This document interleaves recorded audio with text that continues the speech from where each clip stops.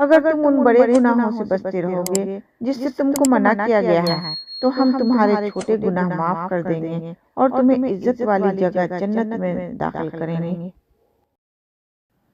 اے اللہ، مجھے ایسا بنا دے کہ میں دل کے ساتھ تجھ سے محبت کروں اور اپنی ساری کوشش تجھے راضی کرنے میں لگا دوں۔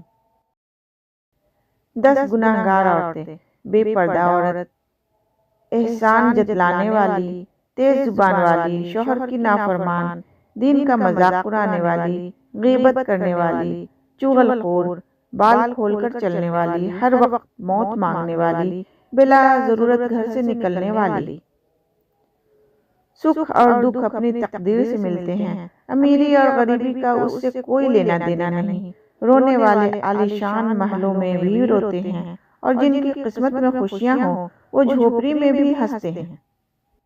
اپنی زندگی میں خود روشنیاں پیدا کرو، یقین جانو تمہارے اپنے علاوہ کوئی تمہارا وفادار نہیں۔ ہمیشہ ان لوگوں کا چناؤ کریں جن کو عزت دینے پہ وہ خود سے بڑھ کر آپ کو عزت دیں، اور یہی بہترین لوگوں کی نشانی ہے۔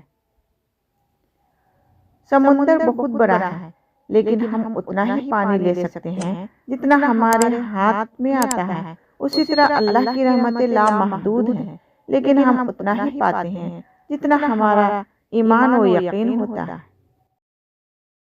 جب رب راضی ہونے لگتا ہے تو بندے کو اپنے عیبوں کا پتہ چلنا شروع ہو جاتا ہے اور یہی اس کی رحمت کی پہلی نشانی ہوتی ہے۔